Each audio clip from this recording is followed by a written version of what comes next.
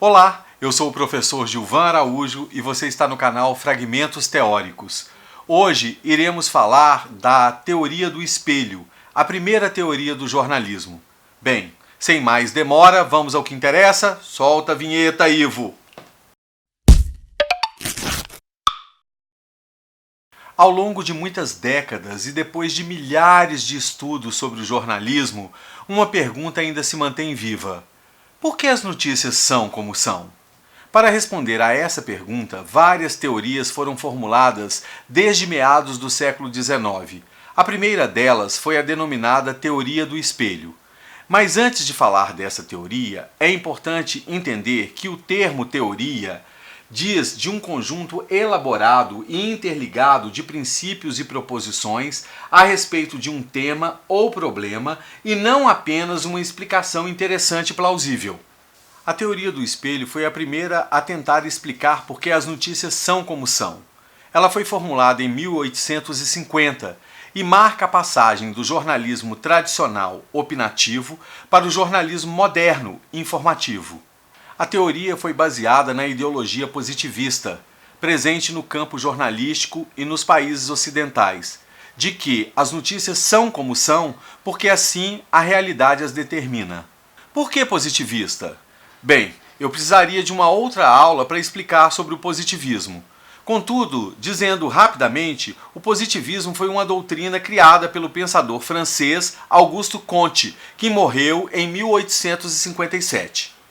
O positivismo era entendido por Comte como o coroamento do progresso da sociedade humana e era baseado na ideia de que qualquer conhecimento só era válido se viesse da razão científica. Por isso, Comte chamava seus estudos sobre a sociedade de física social. A teoria do espelho também se apoia na ciência para se explicar.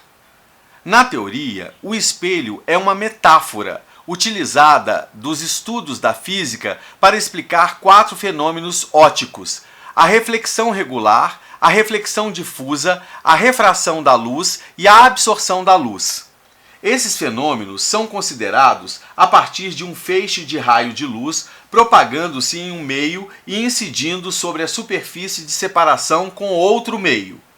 A teoria se apoia na reflexão regular da luz sobre a superfície de um espelho, para dizer que o jornalismo exerce similarmente o mesmo papel do espelho, ou seja, reflete exatamente o que a realidade dos fatos apresenta.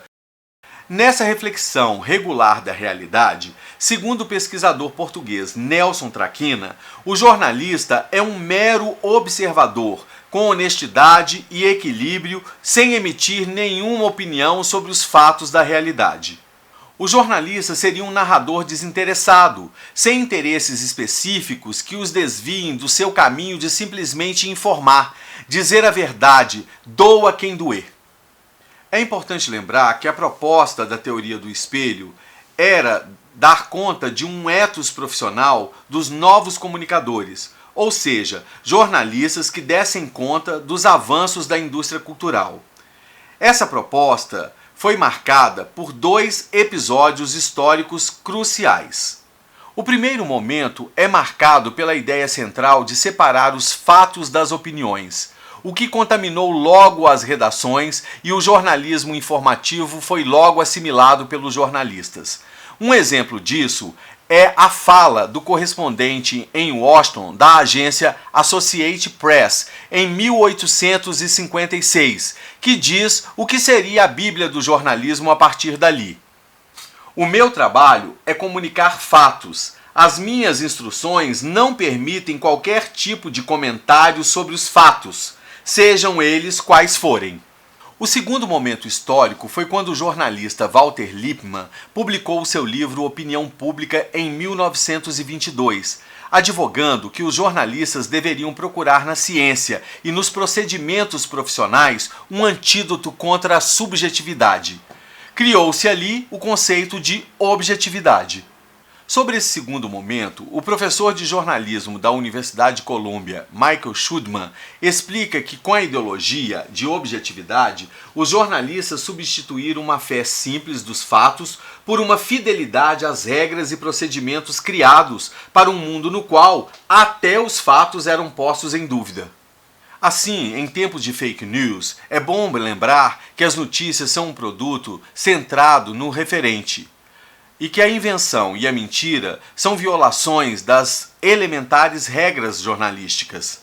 Assim, o referente, ou seja, a realidade, deve ser vista como um ator determinante do conteúdo noticioso. Também é importante lembrar que a realidade do exercício da função do jornalista divergem das determinações da teoria do espelho. Afinal, o processo de produção da notícia pode gerar relatos não verdadeiros, e isso pode não ser responsabilidade do repórter. É certo que o jornalista deve sempre pautar o seu trabalho pela estrita procura pela verdade e com bastante objetividade. Isso garante boa parte da credibilidade do seu trabalho. Contudo, não podemos nos esquecer que, mesmo buscando a verdade e com objetividade, o jornalista pode se deparar com fontes que mentem e o enganam e também com documentos adulterados. Por fim, é necessário que se diga que o jornalismo está longe de ser um espelho do real.